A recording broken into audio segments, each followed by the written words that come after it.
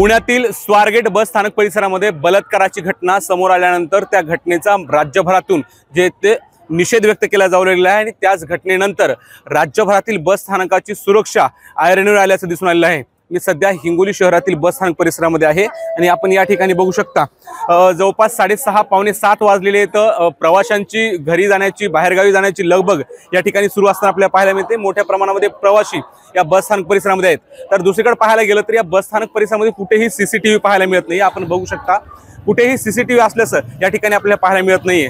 तर दुसरीकडे पाहायला गेलं तर या ठिकाणी फक्त नावापुरती पोलीस चौकी उभारलेली आहे। आपण या ठिकाणी बघू शकता ही पोलीस चौकी फक्त नावापुरती उभारलेली आहे। पोलीस चौकीमध्ये कुठेही पोलीस कर्मचारी नाहीये किंवा सुरक्षेच्या दृष्टीने असावा अपेक्षित असावा असा कोणताही कर्मचारी किंवा सिक्युरिटी या ठिकाणी पाहायला मिळत नाहीये।